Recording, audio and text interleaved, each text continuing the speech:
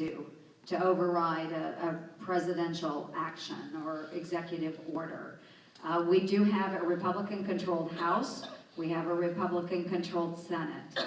But the one thing to remember in the United States Senate is that any bill that passes through the Senate, if it is a policy bill, has to have 60 votes to pass. We have 54 Republicans. We do not ever find, well, in bipartisan pieces of legislation, we can find 6 Democratic senators.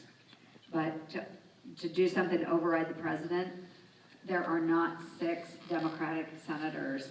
And actually, to override, especially in a piece of a policy bill, would take 67.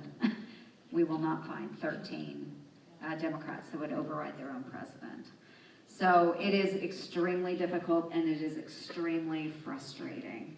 And I know it's frustrating for us. I think it is very frustrating for our public too. So yes, it is tough. So what happens? We see executive order after executive order after executive order, and they're not going through Congress. So that is one consideration, you know, when you are looking at presidential candidates. Is this someone that will be a one-man show or one-woman show, or is it someone who will work with Congress to make those decisions and let it run its course through Congress where the people actually do have a voice? Executive orders is not really the way to do good business, not the way to do good business. Another thing, I find that the politicians are more concerned about being reelected than helping the American people. Too true, too true. And that's why it's easy to go to Washington, D.C.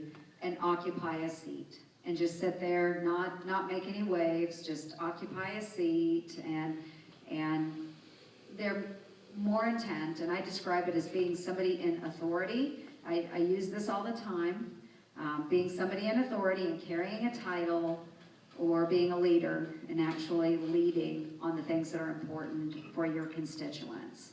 You know, it'd be really easy for me to go to Washington, D.C., not make any waves, just sit there as a senator, look at me, I'm a senator, or can I be a leader and lead on things like WOTUS?